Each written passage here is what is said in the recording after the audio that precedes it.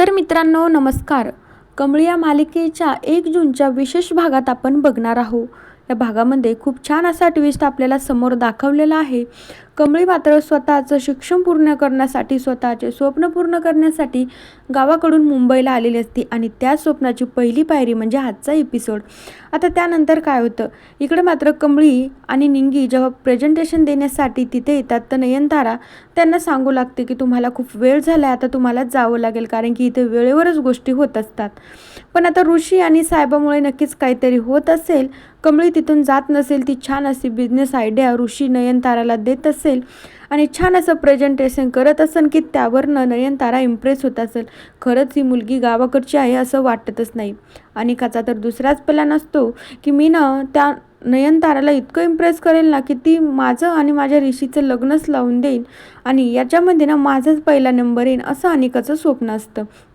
आता दुसरीकडे कमळीने छान असं प्रेझेंटेशन दिलेलं असतं, अनिकाने देखील छान दिलेलं असतं आणि छान असं बिझनेस आयडिया देखील दोघींनी दिलेली असतात. आता ऋषीनं सांगितलेलं असतं की मला अशा लोकांना मदत करायची आहे की जे मला बिझनेस आयडिया देऊ शकतात, अशाच लोकांना मला मदत करायची आहे. आता कमळीचं स्वप्न मात्र आता तिथेच अडकलेलं आहे. कमळी तिच्या स्वप्नाच्या पहिल्याच पायरीवर चढत आहे. तर मित्रांनो आता इकडं काय होतं, जेव्हा जाहीर निकाल असतो, शिक्षण मंत्री येणार असतात, तेव्हा मात्र सगळेजण तिथे जाणार असते की नेमकं पहिला नंबर कुणाचा येतो आणि कुणाचं नाव जाहीर केलं जातं. चक्क खुद्द मुख्यमंत्री येणार आहेत आणि स्वतःहून ते नाव जाहीर करणार आहे की कुणाचा नंबर आलाय म्हणून. कमळी मात्र घरातून बाहेर पडता वेळेस राजांचा आशीर्वाद घेते. म्हणू लागते की राजे महाराज, मी गावाकडून मी कशासाठी आले माहिती का? तुम्हाला माहीत असेल, मी माझ्या आबाचं स्वप्न पूर्ण करण्यासाठी, मी माझ्या आईचं स्वप्न पूर्ण करण्यासाठी, मी स्वतः माझे स्वप्न पूर्ण करण्यासाठी मी गावाकडून मुंबईला आले आहे. जे स्वप्न मला पूर्ण करूनच गावी जायचं आहे ना महाराज, त्याच स्वप्नाची माझी पहिली पायरी आहे. तुमचा आशीर्वाद माझ्यासोबत असू द्या. कमळी आशीर्वाद वगैरे घेते आणि जिथं हा कार्यक्रम आयोजित केलेला असतो ना तिथे जाते. तिथे गेल्याच्या नंतर छान अशी अनाऊन्समेंट होती.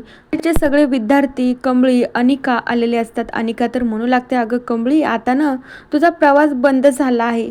1 वर्ष तू आमच्या डोक्यावर बसून आम्हाला फिरवत राहिली. त्यानंतर आता तू इकडं कॉलेजमध्ये पण माझी बदनामी केली, मला पण भरपूर त्रास दिला तू. पण अनिका स्वतःचा त्रास तर कधीच दाखवत नाही की मी पण कमळीला त्रास दिला आहे म्हणून. त्यानंतर अनिका म्हणू लागते, आता तुझा फायनलच निकाल असेल कमळी, तर का माझं नाव जाहीर झालं ना, मग तुझी पाठवणी आम्ही गावाकडेच करूया, असं अनिकाचं म्हणणं असतं. आता दुसरीकडे इकडं शिक्षण मंत्री म्हणजेच विश्वंभर राजे शिर्के आलेले असतात. त्यानंतर नयनतारा त्यांचं खूप छान स्वागत करते. त्यानंतर ऋषी देखील असतो. ऋषीला तर फुल कॉन्फिडन्स असतो की कमळीचंच नाव घेणार आणि कमळीचाच विजय होणार. मला तर माझ्या मनातून वाटते. सगळेजण आश्चर्याने वाट बघत असतात की शिक्षण मंत्री विश्वंभर साहेब नेमकं नाव कुणाचं घेतात. तर ते म्हणू लागतात की ते फायनल आणि फायनलच नाव घेतलं जाईल की ज्या मुलीचं नाव घेतलं जाईल तीच आजची विजेता असेल. आता ते सांगू लागता, मुंबई विद्यापीठातून ज्या मुलीचा पहिला नंबर आला आहे ना, त्या मुलीचं नाव म्हणजे सगळ्यांना माहीत असतं की कमळीचंच नाव घेणार आहे, पण ते काय सध्या नाव घेत नाही. आपण येणाऱ्या एपिसोडमध्ये नक्की बघूया. तुमचं काय मत आहे तर कमेंटमध्ये नक्की सांगा. तोपर्यंत या मालिकेच्या येणाऱ्या एपिसोडसाठी आपल्या चॅनलला नक्की सबस्क्राईब करा. So bye.